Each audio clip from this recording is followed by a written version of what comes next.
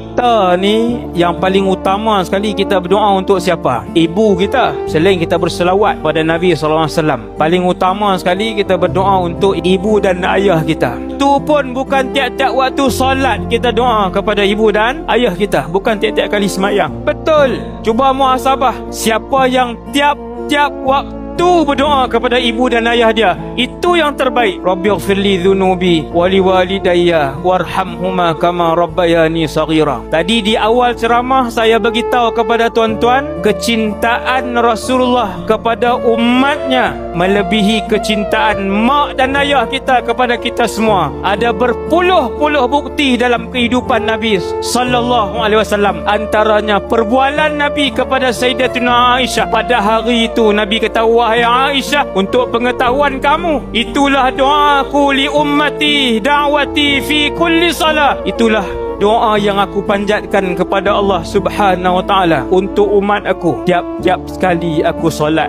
tiap-tiap semayang. Nabi SAW doa untuk Allah Ta'ala ampunkan dosa kita semua. Alhamdulillah atas nikmat dikurniakan Rasulullah sallallahu alaihi wasallam dalam kehidupan kita.